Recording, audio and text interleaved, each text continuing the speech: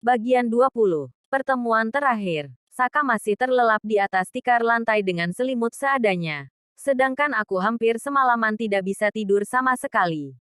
Kemudian memilih pergi saat jam menunjukkan pukul 5.30 dini hari. Makasih buat semuanya, Saka. Aku berucap sebelum keluar kamar. Menatap lelaki yang tak pernah kusangka masih memiliki hati. Kemudian pergi tanpa permisi. Terlatih berjalan di jalan yang masih sepi. Kedua tangan memeluk tubuh, dingin menggigil. Tapi kupaksa tetap melangkah. Melangkah sampai menemukan angkutan umum. Dengan uang seadanya, aku masih bisa sampai rumah. Rumah yang kuharapkan bisa menemukan keajaiban dari semua kejadian semalam. Mas Ken ada di rumah, sedang menungguku pulang. Sayangnya, semua harapan itu hancur lebur. Berbanding terbalik dari semua yang kuinginkan. Suara tangis nyaring saling bertautan. Aku berdiri di depan pintu, menatap mereka. Ada apa? Apa yang terjadi? Mega berdiri, menatapku tajam, mengusap air mata, lalu menghampiriku. Di tangannya ada kaus berlumur darah. Semua gara-gara kamu, Haura. Lihat ini. Mega melempar kaus tersebut kepadaku. Tanganku gemetar. Melihat kaus siapa yang penuh dengan darah ini. Menggeleng kuat. Saat sadar itu kaus milik Mas Ken. Balikin Mas Ken. Mega mengguncang bahuku kencang. Mas Ken mati gara-gara kamu. Gara-gara kamu. Haura. Semua gara-gara kamu. Mana Mas Ken? Serak aku bertanya. Menatap setiap sudut ruangan. Tidak ada. Mas Ken udah dibunuh sama mereka. Mega mendorong tubuhku hingga aku tersungkur. Kamu harus tanggung jawab. Kembalikan Mas Ken. Mega. Rido memegang tubuh Mega yang hendak kembali memukulku. Lepas. Dia harus menerima hukuman atas kematian Mas Ken. Mas Ken mati gara-gara nolongin dia. Andai dia gak sok-sokan nyari uang dengan jual diri, Mas Ken gak akan mati. Rido lepas. Mega meronta-ronta. Tapi Randy datang ikut menenangkan Mega. Rio diam tertunduk. Sesekali mengusap matanya yang basah. Aku mencoba berdiri. Memberanikan diri menatap mereka. Mas Ken mana? Kamu masih nanya Mas Ken? Mas Ken udah dibunuh. 2 orang berbadan kekar tadi datang mencarimu. Karena kamu kabur. Makanya Mas Ken dibunuh. Jadi sekarang mikir. Siapa yang salah? Harusnya kamu yang paling tahu soal ini. Rido yang biasanya diam. Kini menyerangku dengan kata-kata tajam. Emang gak punya perasaan. Mas Ken nolongin kamu buat keluar dari rumah itu. Tapi kamu malah kabur. Dan ninggalin Mas Ken. Brengsek kamu. Haura. Mega semakin berapi-api. Mending kamu pergi. Cari jasad Mas Ken. Randy melirikku tajam. Tak ada harapan di rumah ini. Semua menyalahkanku. Semua tak mau mendengar penjelasanku. Semua menyudutkanku. Akulah yang salah. Akulah yang menjadi penyebab Mas Ken mati. Akulah penjahat sesungguhnya. Pergi. Aku muak lihat muka kamu. Mega berteriak. Kembali kalap dan hendak menyerangku. Tapi Rido dan Randy mencegah. Haura pergi. Sahut Rido masih dengan tatapan tajam. Aku terpaksa membalikkan badan dan melangkah keluar. Kaus berlumur darah itu kucium. Derai air mata terus berjatuhan. Kak Haura. Aku menghentikan langkah. Menoleh dan menatap Rio yang berurai air mata lari menghampiriku. Jangan pergi, katanya.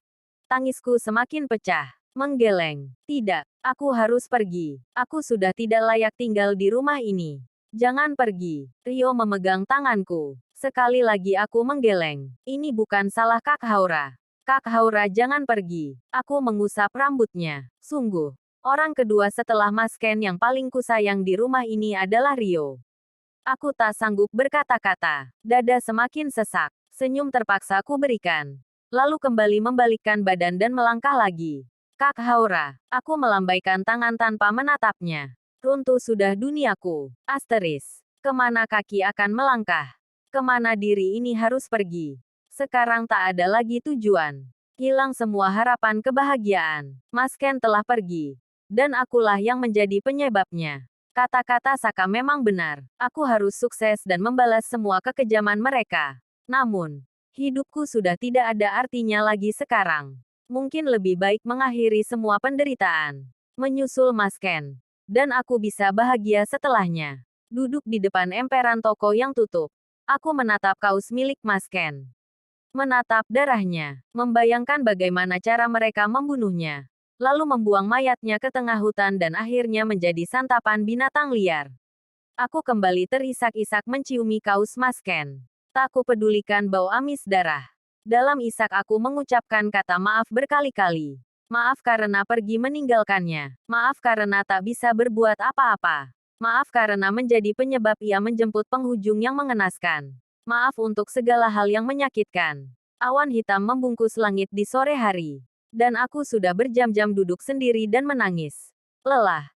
Aku menatap kosong orang-orang yang berlalu lalang mencari tempat berteduh karena hujan telah turun. Beberapa orang berdiri di sampingku. Mereka terlihat tak acuh. Menatapku dengan tatapan iba. Aku benci tatapan seperti itu. Seolah aku adalah manusia yang paling kasihan di muka bumi ini. Aku berdiri dan memilih pergi. Menerobos derasnya hujan. Darah di kaus Mas Ken perlahan luntur. Aku tetap memeluknya. Seolah sedang memeluk tubuh Mas Ken dan berbisik. Mas Ken jangan pergi. Tiba-tiba saja. Dari kejauhan terdengar suara orang yang berteriak memanggil namaku. Para tukang pukul Tante Ambar. Salah satunya aku mengenal. Lari. Haura. Lari. Aku seolah mendengar teriakan Mas Ken yang menyuruhku segera berlari. Walau tubuh terasa begitu lemas. Ku usahakan untuk berlari. Mereka mengejar. Suara Mas Ken semakin terngiang. Membuat lariku jauh lebih kencang. Aku berbelok ke sebuah gang. Memori bertahun-tahun lalu terbesit di ingatan. Aku berlari mengejar Mas Ken yang membawa tasku. Gang yang sama. Tapi waktu dan kejadian yang berbeda pula. Namun sekarang, aku sudah hafal jalannya. Aku berlari menuju terminal. Berdiri di tengah-tengah kerumunan orang. Menyelip di sela-sela orang-orang yang sibuk berlalu lalang dengan payung di tangan. Sesekali aku menoleh pada mereka yang mengejarku. Saat mereka lengang, langkahku cepat mencari tempat yang aman. Aku aman dan selamat. Tak ada lagi para tukang pukul yang mengejarku. Langkahku memelan menelusuri jalan. Semakin lama semakin tak bertenaga. Aku lelah. Bahkan suara banyak kendaraan yang lewat pun samar-samar terdengar. Fokusku pecah. Tatapanku lemah. Haura. Tanganku ditarik kencang oleh seseorang. Kami terjatuh. Aku memekik karena tubuh menghantam aspal cukup keras. Kemudian terdengar makian dari pengendara. Tapi tak kuhiraukan. Haura. Kamu gak apa-apa. Aku yang sedang berusaha bangun. Menoleh. Kak Raga. Bangun. Ia membantuku untuk bangun. Padahal ku tahu tubuhnya pun menghantam aspal cukup keras. Hei, ngapain kamu di sini hah? Ngapain hujan-hujanan? Dan kamu mau nyebrang gak lihat jalanan? Gak lihat ada mobil lewat. Kamu kenapa? Aku kembali terisak, menunjukkan kaus yang kugenggam erat. Mas Ken. Kak, Mas Ken dibunuh sama mereka. Astaga, kamu serius? Semua salahku. Mas Ken mati gara-gara aku. Tenanglah. Haura, kita masuk mobil dulu. Ya, nanti bicara pelan-pelan. Aku pasti bantu kamu. Aku menggeleng cepat. Percuma, Mas Ken udah mati. Apa yang harus dibicarakan? Apa yang bisa Kak Raga bantu? Semua sudah terlambat. Mas Ken mati gara-gara aku. Set, Kak Raga memegang kedua bahuku. Tenang dulu. Kita masuk mobil. Gak, aku menepis tangan Kak Raga.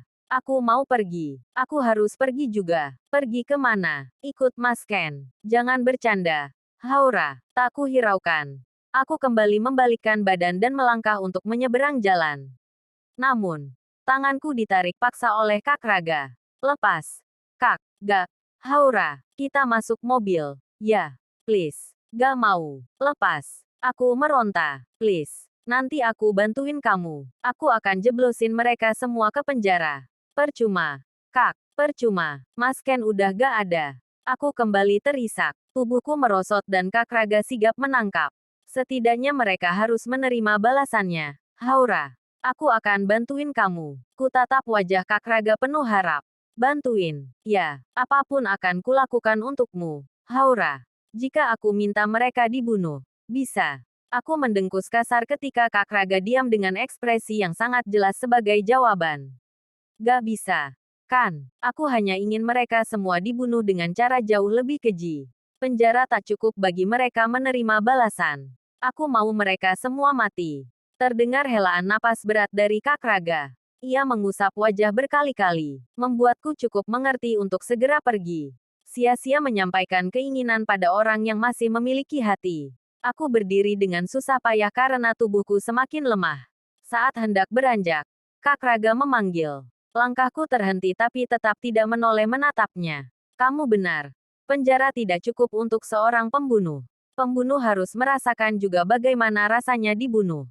Tapi bukan dengan cara membunuhnya secara langsung. Haura. Kalimat Kak Raga membuatku menoleh. Menatapnya penuh tanda tanya. Kak Raga mendekat. Tatapannya terlihat sangat serius walau tertutup air hujan. Bunuh mereka secara perlahan dengan cara menghancurkan apa saja yang mereka punya. Itu jauh lebih menyiksa tentunya. Kamu paham? Haura. Seketika aku teringat ucapan Saka.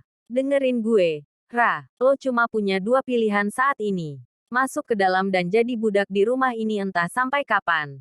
Atau lari dari sini dan bikin diri lo sukses. Lo balik ke sini lagi saat lo udah bisa bayar orang buat habisi orang-orang di rumah ini. Bikin diri lo sukses kalau mau bales dendam ke orang-orang yang membuat lo menderita. Aku seolah punya energi baru. Amarah, kebencian, dan dendam. Tumbuh menciptakan tujuan hidupku yang baru. Kak Raga menyentuh bahuku. Aku akan membantumu. Ra, aku akan membantu melewati ini semua. Sampai kamu tumbuh menjadi sosok Haura yang baru. Sosok yang jauh lebih kuat berkali lipat. Yang mampu membunuh mereka semua dengan cara lebih elegan. Tanpa sadar, aku mengangguk pelan. Ya, aku harus sukses. Jauh lebih sukses dari siapapun. Setelah itu aku akan membunuh mereka dengan cara jauh lebih menyiksa. Saat Kak Raga hendak menarik tubuhku dalam pelukan. Tiba-tiba saja aku merasa tak sanggup lagi berdiri. Setelah itu, gelap.